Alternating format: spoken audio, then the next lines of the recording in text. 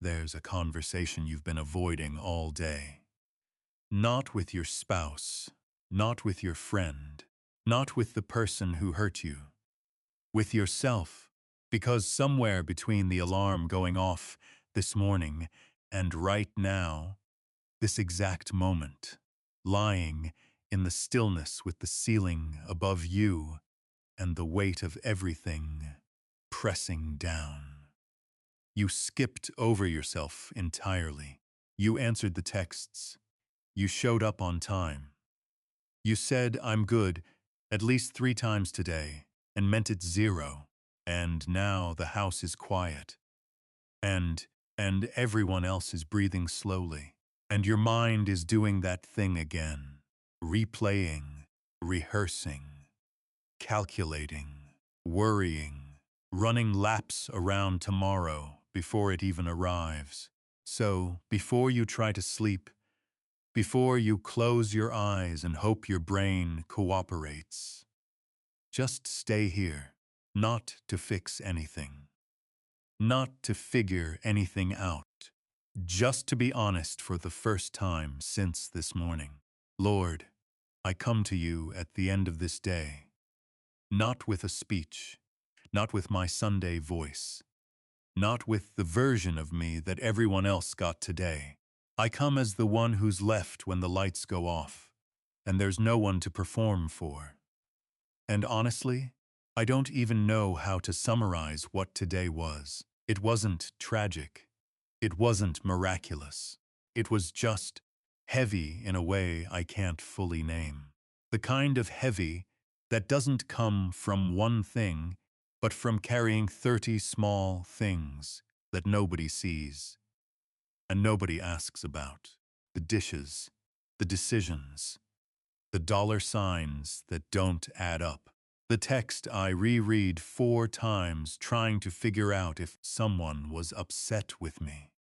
The moment I zoned out driving and realized I'd gone 2 miles without seeing the road.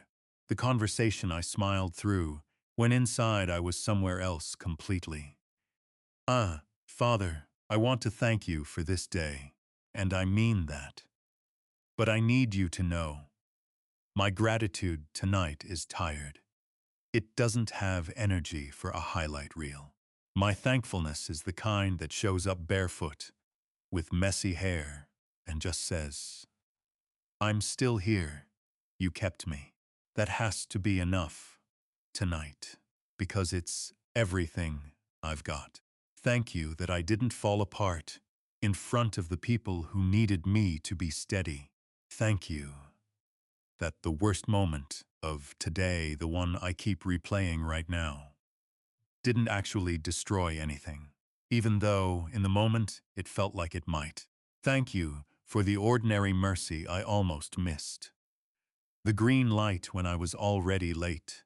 The coworker who said something kind without knowing how much I needed it. The fact that my body carried me through another full day, even though I've been running on fumes for longer than I want to admit. I know I should be more grateful. I know people are facing things tonight that make my struggles look small. And that thought, that comparison, is part of what keeps me from being honest with you, Lord. Because I feel like my pain isn't big enough to bring to you. Like I need a crisis to qualify for your attention. But tonight I'm bringing it anyway.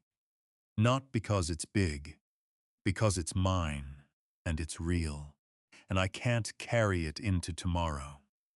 God, I'm tired of performing energy I don't have. I'm tired of answering, "How are you?" with blessed, when the truth is so much more complicated than that. I am blessed. I know that. But I'm also confused. I'm also stretched. I'm also quietly wondering if the life I'm building is going to hold, or if I'm one bad month away from watching something important crumble. You see the bill I moved to the bottom of the pile. You see the relationship I don't know how to fix. You see the dream I stopped talking about. because hoping out loud started to hurt. You see the version of me that exists at 11:47 p.m., when the mask is in the drawer and the lights are off and it's just me and this ceiling. And the truth. And here's what I need to believe tonight, Lord, that you are not disappointed in this version. That the me who crawls into bed with more questions than answers is still the me you chose. Still the me you love. Not future me, not fixed me. This one. Your word says, you know my frame. You remember that I am dust. Psalm 103 doesn't say. You tolerate that I'm dust. It says you remember it, like a father who watches his child try to carry a bag too heavy for them and doesn't scold them for struggling. He just reaches down and takes it. So I'm letting go tonight. Not because I've figured anything out. Not because I suddenly feel better, but because my hands are too tired to keep gripping. Take my tomorrow. I've already tried to control it from this pillow 100 times tonight, and all it's done is steal the rest I need. So I release the meeting I'm dreading. I release the conversation I keep scripting in my head. I release the outcome I want so badly, I've made it an idol without even realizing it. I open my hands, Father, and while I sleep, if sleep even comes, would you do what only you can do? Would you untangle the thoughts I can't sort through? Would you go ahead of me into the morning and prepare it? Not make it easy, just make it survivable. And if you're feeling generous, Lord, let there be one moment tomorrow, just one, where I feel your presence so clearly that I can't explain it away.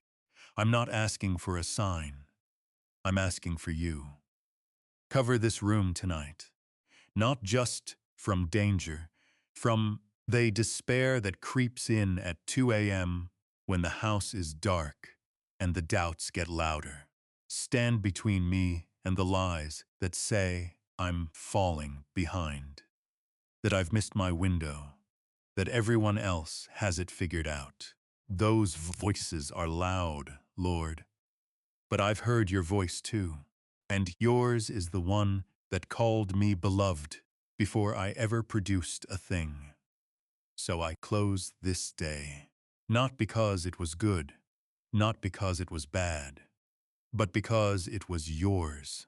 Every clumsy, imperfect, exhausting minute of it.